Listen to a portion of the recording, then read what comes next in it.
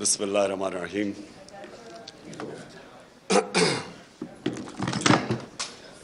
ایاک نعبد و ایاک نستعین۔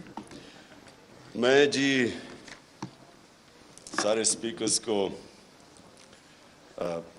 بڑے رسپیکٹفلی آپ سب کو ایڈمائر کرنا چاہتا ہوں۔ میں ایڈمائر اس لیے کرنا چاہتا ہوں کہ میں سمجھتا ہوں کہ آپ جہاد لڑ رہے ہیں۔ جہاد کی ڈیفینیشن کیا ہے؟ ظلم کا مقابلہ کرنا، ناانصافی کے سامنے اپنی آواز بلند کرنا۔ جو ساری انسانی تاریخ آپ اٹھا کے پڑھ لیں تو اس میں ہمیشہ قوموں کی زندگی میں وہ دور آتے ہیں جب انسانوں کو کنٹرول کرنے کی کوشش کی جاتی ہے۔ یہ جس کو ہم ڈکٹیٹرشپس کہتے ہیں، فیشزم کہتے ہیں، بادشاہت، یہ ساری جو آپ انسانی تاریخ دیکھیں تو کوشش یہ ہوتی ہے کہ انسانوں کو، جو اوپر بیٹھا ہوتا ہے بادشاہ یا ڈکٹیٹر، اس کی کوشش ہوتی ہے کہ انسان کی سوچ کو کنٹرول کر لے، اس کے اوپینینز کو کنٹرول کر لے، معاشرے کو کنٹرول کر لے۔ اور وہ کنٹرول کیوں چاہتا ہے؟ وہ معاشرے کی بہتری کے لیے نہیں چاہتا، وہ خود پوری پاور چاہتا ہے کہ وہ انسانوں کے اوپر راج کرے، بلکہ ایک چھوٹا خدا بننا چاہتا ہے، زمین کے اوپر ایک خدا بننا چاہتا ہے۔ اور انسانی تاریخ میں یہ بھی چیز ہے کہ زیادہ تر وہ معاشرے اوپر گئے ہیں جن میں آزادی ہو، آزادی رائے ہو، جو تنقید کو اجازت دیتے ہیں، جو حکمران کی اکاؤنٹیبلٹی کرتے ہیں، اس کا احتساب کر سکتے ہیں۔ اور یہ اگر آپ اسلام کی تاریخ پہلے دیکھ لیں، میں سب سے پہلے تو سے شروع کرتا ہوں کہ ریاست مدینہ کے اندر دو انسیڈنسز ہیں۔ ایک کہ حضرت علی رضی اللہ تعالیٰ ایک یہودی شہری سے کیس ہار جاتے ہیں کیونکہ قاضی ان کی گواہی قبول نہیں کرتا۔ اس سے دو چیزیں سامنے آتی ہیں۔ ایک تو مائنورٹیز، اقلیت کی کیا پوزیشن تھی اسلام میں؟ برابر کے شہری تھے۔ اور دوسری یہ کہ عام شہری بھی خلیفہ وقت کے سامنے کھڑا ہو سکتا ہے اور کیس جیت سکتا ہے۔ یہ آج بھی دنیا کے اندر آپ اگر کہیں بھی دنیا کا کوئی بھی ملک لے لیں، آج بھی یہ نہیں پاسبل۔ وہ ایک آزاد معاشرے کے اندر ایک قوم اٹھی تھی۔ اور میں اس لیے لوگوں کو بار بار، کیونکہ بڑی بدقسمتی ہے میں جب HSN کالج، میرے ماں باپ نے اتنا پیسہ خرچ کیا، میں جب وہاں سے نکلا تو مجھے اپنی تاریخ کا کوئی آئیڈیا نہیں تھا، مجھے اسلام کی تاریخ کا آئیڈیا نہیں تھا۔ وہ آہستہ آہستہ میری زندگی میں اپنے تجربے سے میں پھر اپنی زندگی ہمیشہ ایویلیویٹ کرتا رہتا ہوں، اپنی تنقید کرتا ہوں، اپنے آپ کو کوشش کرتا ہوں کہ اپنی غلطیوں سے سیکھوں۔ تو میں نے جب دو معاشرے، برطانیہ جدھر میں نے 20 سال گرمیاں گزاری اور پاکستان، تو میں دونوں معاشروں کو جب اینالائز کرتا رہتا تھا تو میں خود کئی چیزوں کے اوپر کئی نتیجوں میں پہنچا۔ تو وہ جو دور تھا 622 سے لے کے 632 تک، جب ہمارے نبی صلی اللہ علیہ وسلم مدینہ میں آئے اور پھر دنیا سے گئے، اس کے اندر انہوں نے انسانوں کو آزاد کر دیا۔ یہ دیکھیں، یہ جو آزادی صحافت ہے نا، جو فریڈم آف ایکسپریشن ہے، اس سے بڑی یہ ایک حصہ ہے انسان کو آزاد کرنے کا۔ کیونکہ انسان کو ذہنی طور پہ جب آزاد ہوتا ہے تو وہی قومیں اوپر جاتی ہیں، وہ انسان بڑے کام کرتے ہیں، غلام کبھی بڑے کام نہیں کر سکتے۔ اس لیے علامہ اقبال کی آپ شاعری پڑھیں تو وہ غلام مسلمانوں کو جگانے کی کوشش کر رہے تھے، خودی کو اور خودداری کو، جو ان کے کانسیپٹس تھے، وہ لوگوں کو جگا رہے تھے۔ کیونکہ غلامی جو سب سے بری ایک انسان کے اندر چیز کرتی ہے، اس کے اندر احساس کمتری ڈال دیتی ہے۔ مجھے تو بڑی اچھی طرح، ہم جب ایاز امیر کی طرح، ہم بھی پہلی جنریشن ہیں جو پاکستان میں بڑے ہوئے، آپ کو صرف میں غلامی بتاتا ہوں کہ کیا ظلم کرتی ہے ایک انسان کے اوپر، اس کے پوٹینشیل کو کیسے ختم کرتی ہے۔ جمخانہ کلب ہوتا تھا، پنجاب کلب، سندھ کلب، آزاد ہوئے ہم 47 میں، 74 تک سندھ کلب کے اندر آپ پاکستانی کپڑے پہن کے نہیں جا سکتے تھے, آپ کو سوٹ پہننا پڑتا تھا 74 تک. اور خیر سارے انگریزی بولتے تھے جس طرح کے, اور میں نے بتایا اردو جب بولتے تھے تو بلاول کی طرح بولتے تھے, بارش آٹا اپنے وہ جب ویٹر سے بولتے تھے تو کہ ہم شرم آتی تھی اپنے آپ سے. سو یہ غلامی ایک انسان کے ذہن کو ادھر رکھ دیتی ہے کہ وہ اچھا غلام ہی بن سکتا ہے, ہم اچھے سوٹ ہی پہن سکتے ہیں, ہم اچھی انگریزی بول سکتے ہیں. لیکن جو ایکسپلوژن ہوئی تھی مسلمانوں کی, جب ہمارے دنیا کے سب سے عظیم لیڈر نے انسانوں کو ذہنی طور پہ فکری آزادی دی تھی, تو انہوں نے ہر چیز میں دنیا کی امامت کی تھی. سب 200-300 سال تک سارے سائنٹسٹ مسلمان تھے. تو وہ جو میری کوشش ہے کہ یہ جو میں حقیقی آزادی کی بات کرتا ہوں, تو میں یہ چاہتا ہوں کہ میری قوم آزاد ہو, اور صرف آزاد قوم اوپر جائے گی. لیکن وہ قوم تب تک آزاد نہیں ہو سکتی جب تک پہلے تو ہم اپنے معاشرے کے اندر یہ جو آزادی رائے اس کو انڈرسٹینڈ کریں. مجھے کہتے ہیں لوگ کہ جی آپ کے دور پہ تھے تو آپ نے پتہ نہیں کوئی سختیاں کی. پہلے تو میں یقین آپ کو دلاتا ہوں, میں نے کبھی مجھے آزاد میڈیا سے خوف نہیں ہوا.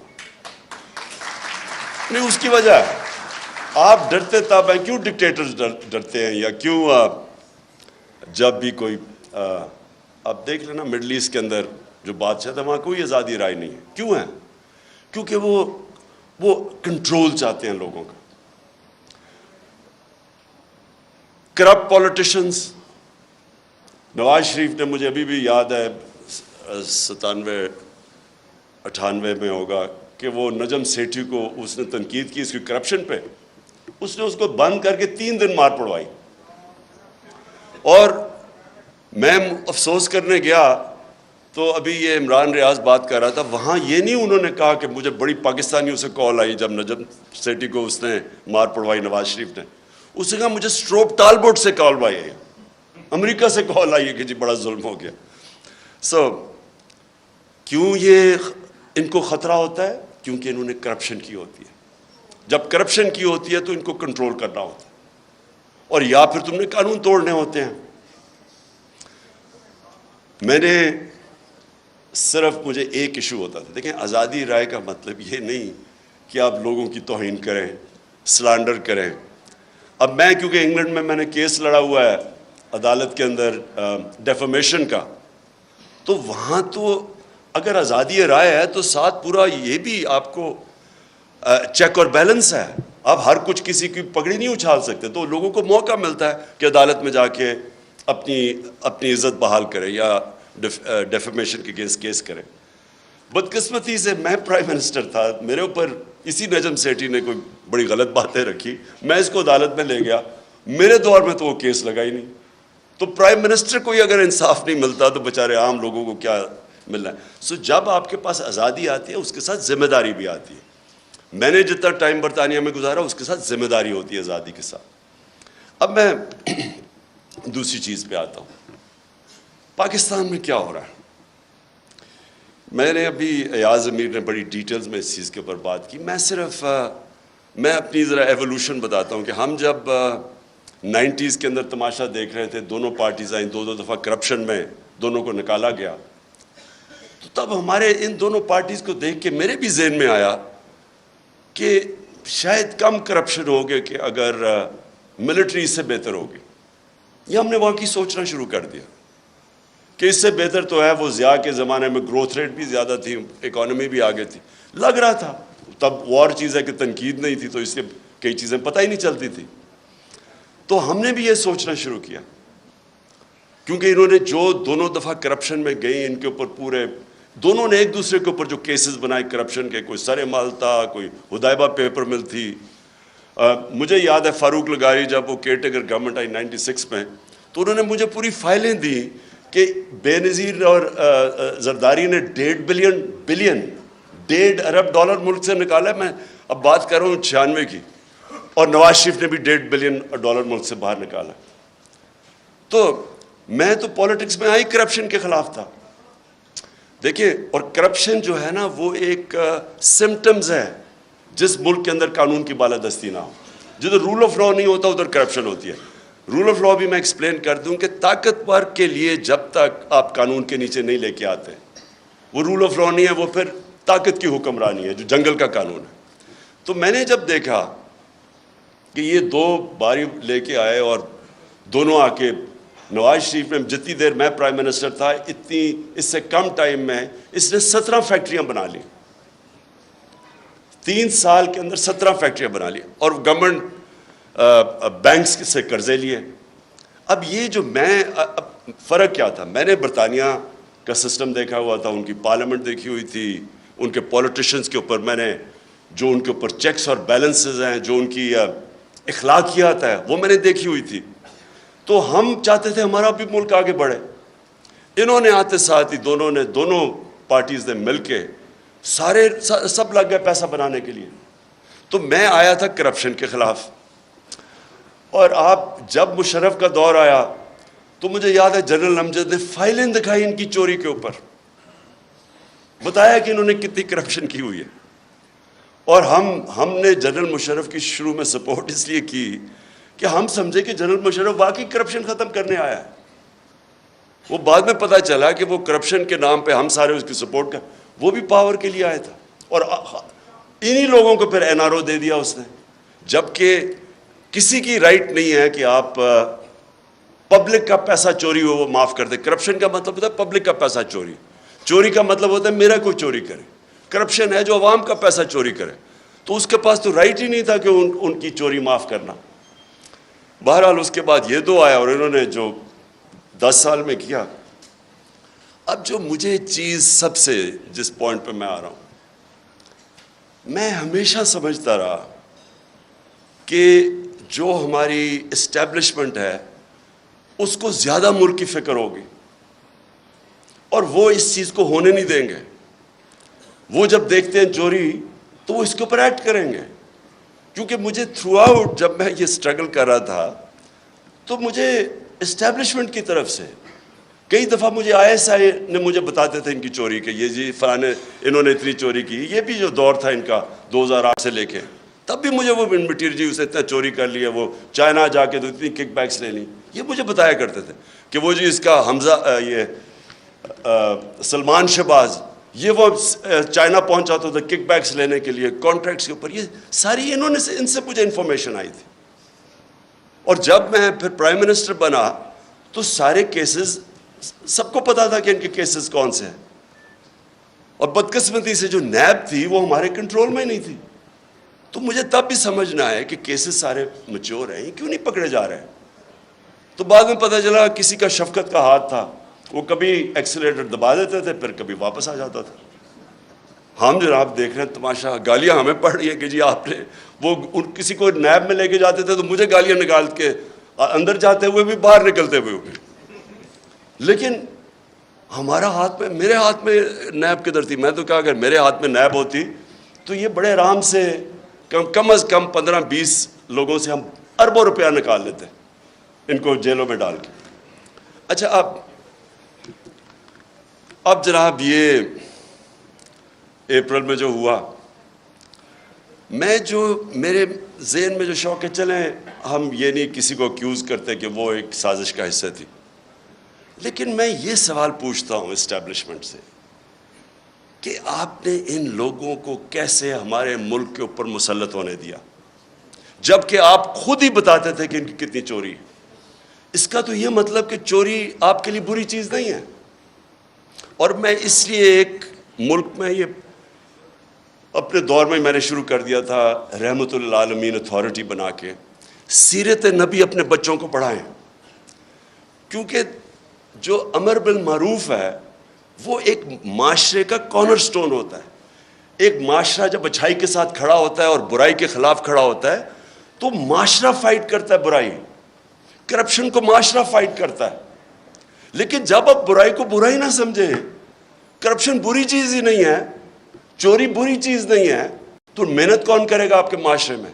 اگر آپ نے معاشرہ اپنا تباہ کرنا ہے, آپ کو کوئی ایٹم بم پھینکنے کی ضرورت نہیں ہے, صرف اخلاقیات ختم کر دیں, اچھے برے کی تمیز ختم کر دیں. مولانا رومی کی بڑی فیمس سینگ ہے, اب کسی نے پوچھا مولانا صاحب ایک قوم کیسے مرتی ہے, انہوں نے 2 درختوں کا بتایا، ایک بڑا خوشبودار اور ایک بڑا برا درخت. انہوں نے کہا جب ایک قوم ان کے اندر فرق کرنا ختم کر دیتی ہے، اچھے برے کی تمیز ختم کرتی ہے، قوم مر جاتی. اس لیے ہی جو مدینہ کی ریاست تھی وہ امر بالمعروف پہ کھڑی ہوئی تھی. سارے معاشرے کو حکم کیا گیا تھا کہ آپ نے برائی کے خلاف کھڑے ہونا ہے. اب میں نے انگلینڈ کے اندر یہ دیکھا ہے، میں امر بالمعروف پہ وہ چل رہے ہیں.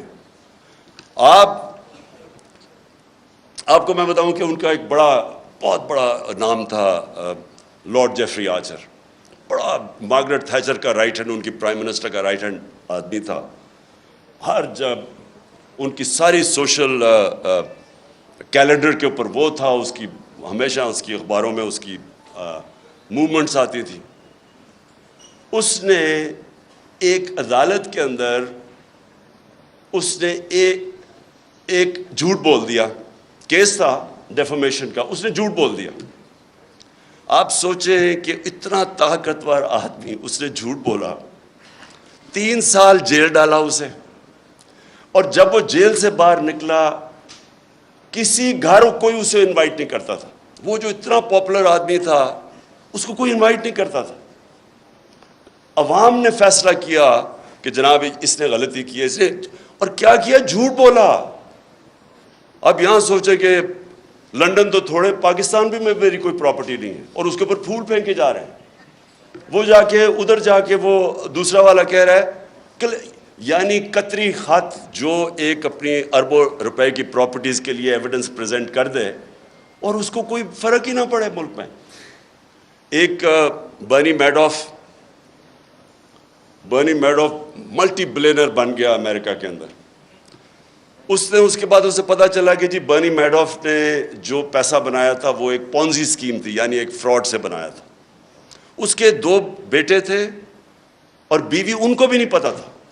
جیسے ہی پتا چلا ان کو کہ یہ فراڈ میں پکڑا گیا، جب اسے پکڑا، ایک بیٹے نے خودکشی کر لی، مطلب کہ میں معاشرے میں نہیں اب رہ سکتا. دوسرا بیٹا سولٹری، یعنی اپنے آپ کو اس نے آئسولیٹ کر دیا اور 2 سال کے بعد مر گیا. بیوی نے طلاق دے دی، یعنی اس کی اپنی فیملی نے اس کو ڈسون کر دیا. سنگاپور کے اندر 2 لی کوان یو جو سنگاپور کا بڑا اسٹیٹسمن تھا، 2 اس کے وزیروں میں جب کرپشن میں پکڑ گئے خودکشی کر لی. دیکھیں معاشرہ، جب معاشرہ کرائم فائٹ کرتا ہے تب کرائم آپ جیتتے ہیں. اب میں جب تھا جی فلانے نے پیسہ ادھر کر دیا، اس نے ادھر کر دیا، کس کو پکڑیں گے آپ جب تک معاشرے کے اندر آپ یہ اچھے برے کی تمیز نہیں دیں گے. اور ادھر میڈیا کا بہت بڑا ہاتھ ہے. اب ابھی آپ نے بات کی کہ جی دیکھیں کوئی سچ فلانے کے لیے اور کوئی سچ عمران خان کے لیے. ٹھیک کہہ رہے ہیں، یہ بالکل آپ ٹھیک کہہ رہے ہیں کہ گورننس، کوئی کہے گا کہ عمران خان کی بہتر ہے، کوئی کہے گا کہ شہباز شریف کی بہتر ہے. کہہ سکتے ہیں کیونکہ ڈفرینٹ اوپینینز ہے. کوئی کہے گا کہ اکانومی اس ٹائم میں بہتر تھی، کوئی کہے میرے ٹائم میں. یہ بالکل ٹھیک ہے. لیکن جب کوئی لوگ کرپشن کے اندر 16 ارب روپے کی corruption open and shut case میں، اگر ایف آئی اے اس کا انڈر ٹرائل ہے، اس کو آپ کیسے کہہ سکتے ہیں کہ جی وہ میری رائے اور فرق ہے اور اس کی رائے فرق ہے؟ وہ تو اس کا مطلب کہ جب اب نواز شریف جھوٹ بول کے 4 ارب روپے کی پراپرٹیز ہیں لنڈن کے اندر جدھر ہیں، اس کے بیٹے نے ایڈمٹ کیا کہ یہ بینیفیشری اونر ان پراپرٹیز کی مریم نواز ہے. مریم نواز جب چھوٹی تھی، جب پراپرٹیز نہیں، اس کا مطلب نواز شریف کا پیسہ ہے. کیا وجہ ہے کہ آج تک اس کو کئی لوگ لیڈر مانتے ہیں؟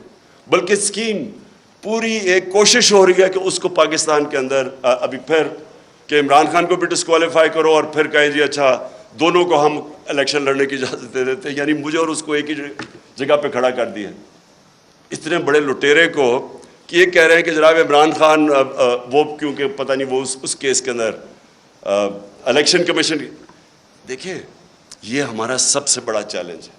اور ادھر میڈیا کا بہت بڑا رول ہے، بیکاز میڈیا عوام کے اوپینین کو شیپ کرتا ہے.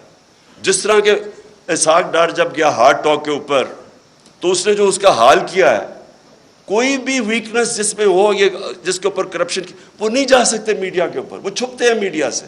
یا ہر روز شام کو جن کے اوپر اربوں روپے کرپشن کے کیسز ہیں وہ جا کے بٹھا دیتے ہیں ایک بیچارہ پی ٹی آئی کا معصوم سا ہے وہ بٹھا دیتے ہیں ساتھ, وہ پنچنگ چل رہی ہوتی ہے, تم چور ہو تم چور ہو. سو میری سب سے یہ جو اور اسی کے اوپر میں آ رہا ہوں کہ جب ہماری اسٹیبلشمنٹ کو پتہ تھا ان کی پاس کتنے سال 30 سال سے یہ ملک کو لوٹ رہے ہیں, سارے ان کے پاس کیسز, مجھے انہوں نے دکھائے ہوئے, میں سوال یہ پوچھتا ہوں کہ انہوں نے کیسے ان کا راستہ نہیں روکا؟ اگر ملک کی فکر ہے تو کیسے آپ ان کو اجازت دے دیتے ہیں؟ ایک تو ہمیں پتہ ہے کہ امریکہ کا انٹرسٹ, امریکہ کی جو پالیسی ہے وہ اپنے انٹرسٹ پروٹیکٹ کرتے ہیں. ان کا ہے کہ جی وہ پاکستان ہمیشہ ایک ٹیلی فون کرو تو جو کام کروانا چاہے یہاں سے کرنے کے لیے تیار ہیں. اس کا یہ نہیں مطلب کہ اگر آج میں کہتا ہوں کہ بیسز نہیں دے رہے یا میں کہتا ہوں میں نے روس جانا, یہ نہیں کہ میں اینٹی امریکن ہوں. میں ان کا اپنا انٹرسٹ ہے, ہمارا کام ہے اپنے لوگوں کے انٹرسٹ پروٹیکٹ کرنا, یہ اینٹی نہیں ہے. لیکن ان کو اتنی عادت پڑی ہوئی ہے یہاں کہ یہ ہاتھ باندھ کے سامنے کھڑے ہو جاتے ہیں. تو میں یہ مجھے ایشو ہے کہ کیسے ایک باہر سے, ہمیں پتہ ہے ڈونلڈ وہ تو سب کے پاس, اس کا جو سائفر تھا وہ تو سب کے پاس ہے, وہ تو آرمی چیف کے پاس بھی گیا تھا, پریزیڈنٹ پاکستان کے پاس بھی گیا, میرے پاس آیا, فارن آفس کے پاس, تو وہ تو ہمارے پاس پتہ تھا کہ وہ ایک انڈر سیکرٹری کہتا ہے کہ عمران خان کو اگر نہیں ہٹاؤ گے تو کانسیکوینسز ہوں گے پاکستان کے لیے. لیکن میں حیران ہوں کہ جب یہ بھی پتہ تھا کہ باہر سے سازش ہے, یہ بھی پتہ تھا کہ ہمارے لوگوں کو پیسے دے کے خریدا جا رہا ہے, اور یہ بھی پتہ تھا کہ چور ریپلیس کرنے والے ہیں جن کے اوپر کرپشن آپ کے دور میں کیسز بنے ہوئے ہیں, پھر کیسے ان کو اس ملک پہ مسلط ہونے دیا؟ کیونکہ اسٹیبلشمنٹ کے پاس پاور ہے, ان کے پاس اس وقت سب سے زیادہ پاور ہے, تو پاور کے ساتھ ذمہ داری آتی ہے. یہ نہیں ہو سکتا کہ پاور آپ کے پاس ہے اور ذمہ داری کسی اور کے پاس ہے. اتھارٹی اور پاور ساتھ ساتھ جاتے ہیں. جب یہ اوپر آئے ہیں تو آپ جتنا مرضی کہیں ہم نیوٹرل ہیں, جو مرضی آپ کہیں ہم نیوٹرل ہیں, تاریخ کے اندر لوگ آپ کو بلیم کریں گے یہ جو ملک کے ساتھ کیا ہے. یہ جو اوپر آ کے اوپر بیٹھے ہیں, تاریخ لکھی جا رہی ہے پاکستان کی کہ کیسے آپ نے ان لوگوں کو ہمارے پر مسلط ہونے, اور جو 4 مہینے میں ہوا ہے پاکستان کے ساتھ, ان 4 مہینے میں جو مہنگائی کے اوپر سپوزٹلی آئے تھے اور آج جو مہنگائی ہے. اور میں آخر میں اب بات کرتا ہوں, اب کوشش کیا کی جا رہی ہے؟ پہلے ان چوروں کو مسلط ہونے دیا, ان کی کوشش یہ تھی کہ اچھا جی وہ ہٹائیں گے, جب یہاں تو گورنمنٹ جب ہٹتی ہے لوگ مٹھائیاں بانٹتے, وہ نہیں ہوا, پبلک نکلا ہی سڑکوں پہ, کبھی پاکستان میں اس طرح پبلک نہیں نکلی. اور اس کے بعد جو 17 جولائی کا بائی الیکشن ہوا وہ ایک اور شوق مل گیا, جب الیکشن کمیشن بھی ملی, انتظامیہ بھی, یہاں بڑا مشکل ہے, یہ تو ایکسپرٹس ہیں دھاندلی کے, تو ادھر بھی جیت گئی تحریک انصاف. 25 مئی کو انہوں نے جو ظلم کیا اس کی کوئی مثال نہیں ہے کہ پاکستان گھروں میں رات کے 3 بجے جا کے عورتیں بچے بات دیکھ رہے ہیں, ان کے اوپر جا کے ان کو ذلیل کیا. دیکھیں آدمی اپنے اوپر تو چلو وہ لے بھی لیتا ہے, لیکن عورتیں بچوں کے رات میں 3-4 لوگ گھر گھسا ہیں تو ان کے اوپر کیا گزری ہوگی؟ خوف پھیلایا گیا, اس کے باوجود پھر سے اٹھ گئے. اور اب کیا فیز ہے؟ یہ فیز ہے سائیکولوجیکلی اس ملک کو ایسا دبایا جائے کہ ہم بھیڑ بکریوں کی طرح یہ تسلیم کر لیں یہ جو اوپر سیٹ اپ آیا ہوا ہے. اور اس کے لیے ہر حربہ استعمال کیا جا رہا ہے. سوشل میڈیا کے لوگوں کو جس طرح اٹھایا جاتا ہے, کئیوں کو اٹھا کے پھر جس نے کوئی فوج کے خلاف ٹویٹ کی ہو اسے کہتے ہیں, اسے پہلے اٹھا لیتے ہیں, پھر کہتے ہیں اچھا یہ نہیں کہ میرے سے معافی مانگو, کہو کہ یہ عمران خان نے کہا میرے ان کے خلاف ٹویٹ کروا. ان سوشل میڈیا وہ بیچارے بچوں کو اٹھا رہے ہیں. یہاں میڈیا یہ سامنے میرے بیٹھے ہوئے ہیں, میں نے دیکھا کہ ایاز امیر نے بڑی کیئرفلی ایسے ورڈنگ کی کہ انشاءاللہ کپڑے اب نہیں پھٹیں گے اس باری. یہ ان کا فارن آفس کا ایکسپیرنس ہے, ڈپلومیسی. اور سمیع ابراہیم, عمران ریاض, اور مجھے بڑا افسوس ہے کہ ارشد شریف. اب ارشد شریف جب سے میں وہ جانتا ہوں وہ ایک اپنی سوچ کا آدمی ہے, بہت ہی پیٹریوٹک, محب وطن پاکستانی ہے. وہ جو سمجھتا ہے کہ وہ ٹھیک لائن پہ ہے اس کو پڑ جاتا ہے, اور اس لیے اس کو لوگ دیکھتے ہیں کیونکہ ان کو پتہ ہے کہ وہ اس کا سٹانس کدھر ہے. اس جیسے آدمی کو دھمکیاں, گھر میں باہر گاڑیاں کھڑی, اس کو باہر جانا پڑا. صابر شاکر باہر چلا گیا, ARY کو بند کر دیا. ARY کا کیا قصور تھا؟ اگر شہباز گل سے اگر ایک جملہ نکل ہی گیا ہے جو کہ اس کو نہیں کہنا چاہیے تھا, جس کو غلط پرسیو کر سکتے ہیں, اس کے اوپر ARY کو کیسے بند کر دیا؟ وہ ARY کو اس جملے کی وجہ سے نہیں بند کیا گیا. ایسی باتیں کہہ بیٹھے نواز شریف اور مریم اور یہ جو ایاز صادق اور فضل الرحمان کیسی باتیں کہہ گئے فوج کے خلاف. ان کے لیے کبھی ایسی چیز نہیں ہوئی. اس بیچارے سے جو کیا ہے, مجھے تو پہلے 2 دن تو ہمیں پتہ ہی نہیں تھا اس کا. جب ہمارا وکیل مل کے آیا مجھے تو تب پتہ چلا اس بیچارے سے کیا کیا. یعنی کتنا بڑا جرم ہوگا کہ ننگا کر کے اس کو ٹارچر کیا انہوں نے. یعنی ایک انسان کی ڈگنیٹی کہ اس کو پہلے آپ ننگا کریں, پھر اس کو بری طرح اتنی مارا اور انہوں نے اس کے سر کے اوپر بند کر کے پتہ نہیں کہیں پھرایا. مینٹلی اسے اتنا ٹارچر کیا کہ وہ بالکل بریک کر دیا اس کو. اور اسے کلوا کہہ رہے ہیں کہ جی یہ کہو کہ عمران خان نے یہ سینٹنس کہا تھا تمہیں یہ بولنے کا. اس کے پیچھے اس کو بند کیا ہوا اور اس سے جو بیچارہ جو اسے حال کیا. مجھے تو یعنی میرے خیال میں کہ ہمارا معاشرہ ادھر گر رہا ہے, اللہ کرے کہ اس سے اور نیچے نہ جائے. مجھے تو شرم آتی ہے یہ کر کیا رہے ہیں, اور کر کیا رہے ہیں وہ چوروں کو اوپر مسلط کرنے کے لیے ہمیں ایکسیپٹ کروا رہے ہیں ان کو. سب سے خوفناک چیز یہ ہے, اچھا کوئی بہت بڑا منصوبہ ہو, کوئی پاکستان کی بہتری ہو, چلیں جی ہم یہ آپریشن بھی ٹالریٹ کر لیں. یہ چور جو 30 سال سے ملک کو پیسہ چوری کر رہے ہیں, 26 سال میں ان کے اگینسٹ جہاد کر رہا ہوں, ان کو ایکسیپٹ کروانے کے لیے میڈیا کا منہ بند, خوف پھیلا رہے ہیں, لوگوں کو ڈرا رہے ہیں, اور پھر آگے پلاننگ کر رہے ہیں کہ کسی طرح تحریک انصاف ٹوٹ جائے گی. ہمارے لوگوں کو کال کر رہے ہیں, ہمارے MNAs کو کال کر رہے ہیں, ہمارے سینئرز کو اپروچ کر رہے ہیں, خوف پھیلا رہے ہیں ان کے اندر. اور میں اس لیے آج ساری اپنی قوم کے سامنے کہنا چاہتا ہوں کہ دیکھیں یہ واقعی ایک پاکستان کا ڈیفائننگ مومنٹ ہے. میں پھر سے کہوں گا کہ آز امیر اور میں, ہماری وہ جنریشن ہے جو پاکستان کے ساتھ بڑی ہوئی ہے. میں نے کبھی اپنی قوم کے اندر یہ شعور نہیں دیکھا, ایسی بیداری نہیں دیکھی.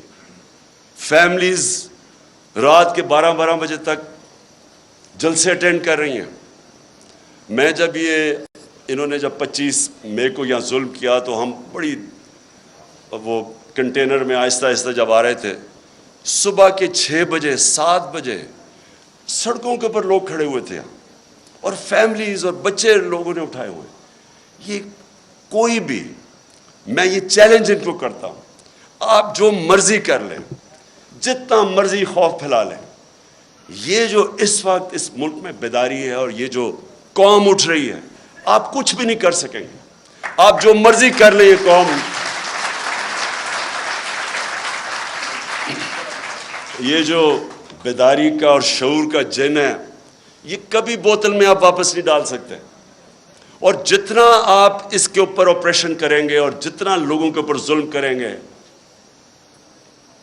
اسے شہباز گل سے پوچھ رہے جی عمران خان کھاتا کیا ہے. پہلے تو اسے کہہ رہے ہیں کہ عمران خان کے خلاف سٹیٹمنٹ دو, پھر کہتے کھاتا کیا ہے. میں آپ سب کو بتانا چاہتا ہوں کہ یہ ایسے نہیں وہ پوچھ رہے کھاتا کیا ہے کہ ان کو میری ڈائٹ کی اتنی فکر نہیں ہے. 4 شہباز شریف کے جو گواہ تھے FIA کے 16 ارب کے کرپشن کیس کے اندر, 4 گواہ 2 مہینے کے اندر ہارٹ اٹیک سے مرے ہیں. ان کو کھانے کا ہی پتا تھا کہ وہ کھاتے کیا ہیں. اس کا جو انویسٹیگیٹر تھا ڈاکٹر رضوان FIA کا, وہ ہارٹ اٹیک سے مرا. جو دوسرا انویسٹیگیٹر تھا اس کو ہارٹ اٹیک ہوا لیکن بچ گیا. اور یہ کھاتے کیا ہیں پتا ہوتا ہے تو یہ پھر ان کو آگے پھر کیسے ان کو ٹھکانے لگاتے ہیں. تو میں یہ آخر میں اپنے نیوٹرلز کو پیغام دینا چاہتا ہوں. کیا آپ کو فکر ہے اس قوم کی؟ بالکل یاز امیر نے ٹھیک بات کی. آپ کو پتہ ہے ملک کدھر جا رہا ہے؟ کیا کسی ملک کی جو معیشت کا اس وقت حال ہے، کیا جب تک پولیٹیکل سٹیبلٹی نہیں آتی معیشت ریکور کر سکتی ہے؟ معیشت کیسے آپ کی ٹھیک ہوگی جب ایک ملک میں کسی کو واقعی نہیں پتا، مجھے نہیں پتا، کسی کو نہیں پتا کہ 1 مہینے 2 مہینے 3 مہینے میں کیا ہوگا. میں نے اگر آج معیشت اس طرح اوپر جاتی ہے، دولت میں اضافہ تب ہوتا ہے جب ملک میں انویسٹمنٹ ہوتی ہے، نوکریاں ملتی ہیں، ویلتھ کریشن ہوتی ہے. تو جو بھی انویسٹمنٹ کرتا ہے وہ پہلے دیکھتا ہے کہ آج اگر میں پیسہ انویسٹ کروں گا تو 3-6 مہینے 1 سال کے بعد اس کو سرٹنٹی چاہیے ہوتی ہے، اس کو سٹیبلٹی چاہیے ہوتی ہے اگر پیسہ اس نے انویسٹ کر رہا ہے. آج کون انویسٹ کرے گا؟ اور یہ اگر یہی آپ کا خیال ہے کہ بہت بڑی اچیومنٹ ہو گئی کہ جی وہ ابھی سعودی عربیہ سے پیسہ آ جائے گا اور ادھر سے آ جائے گا پیسہ یو اے ای سے یا چائنا نے، اس سے تو یہ تو کینسر کا علاج ڈسپلن سے کر رہے ہیں آپ. اگر ویلتھ کریشن ہی نہیں ہو رہی اور آپ قرضے لیتے جا رہے ہیں تو قرضے تو واپس کرنے ہیں آپ نے، تو ڈیٹ سروسنگ تو بڑھتی جا رہی ہے. ہم جب پہلا سال تھا تو جتنا ہم نے ٹیکس اکٹھا کیا آدھا ٹیکس چلا گیا ڈیٹ سروس، قرضوں پہ سود دینے پہ، تو سارے ملک کے لیے آدھا ٹیکس رہ گیا. سو اس لیے یہ کوئی حل ہے کہ آپ سمجھیں کہ تھوڑے قرضے آ گئے تو چلو تھوڑا اور ملک آگے چل جائے گا؟ حل اس کا یہ ہے پولیٹیکل سٹیبلٹی میں، اور پولیٹیکل سٹیبلٹی صرف آئے گی فری اینڈ فیئر الیکشن سے. اس کے علاوہ صاف اور شفاف، میں آج چیلنج کرتا ہوں، صاف اور شفاف الیکشن کے علاوہ مجھے کوئی بتا دے کہ پاکستان میں سٹیبلٹی کیسے آئے گی. اور پولیٹیکل سٹیبلٹی نہیں آئے گی، اکنامک سٹیبلٹی نہیں آئے گی، اور اکنامک سٹیبلٹی نہیں آئے گی تو یہ ملک تو نیچے جا رہا ہے، قرضے چڑھتے جا رہے ہیں، حل تو کسی کے پاس ہے ہی نہیں. اس لیے میں اپنے نیوٹرل سے آخر میں یہ کہتا ہوں کہ ابھی بھی وقت ہے، ابھی بھی ٹائم ہے، اپنی پالیسیز ریویو کریں. بند کمروں میں کئی دفعہ فیصلے ہوتے ہیں، وہ فیصلے اچھے نہیں ہوتے. آپ کو ریویو کرنے چاہیے اور سوچنا چاہیے کہ ہم نے، یہ ملک 22 کروڑ کے لوگ ہیں، ینگ پاپولیشن ہے، 60% آبادی ہماری 30 سال کی عمر سے کم ہے، ان کو نوکریاں چاہیے. اور اگر اس وقت صحیح فیصلے نہیں ہوں گے اور یہ کمپاؤنڈ فیلئر کیا جائے گا کہ انہی لوگوں کے اوپر کوشش کریں گے کہ سختی کر کے آپریشن کر کے کہیں ہم ان چوروں کو ایکسیپٹ کر جائیں. میں اپنی طرف سے تو کہنا چاہتا ہوں ان کے نیچے، میں اگر مجھے کوئی کہنا کہ ان کے نیچے میں نے اب اپنی زندگی گزارنی ہے، میں سمجھوں گا کہ مجھے موت اس سے زیادہ بہتر ہے بجائے ان چوروں کے نیچے میں اپنی زندگی گزاروں. شکریہ.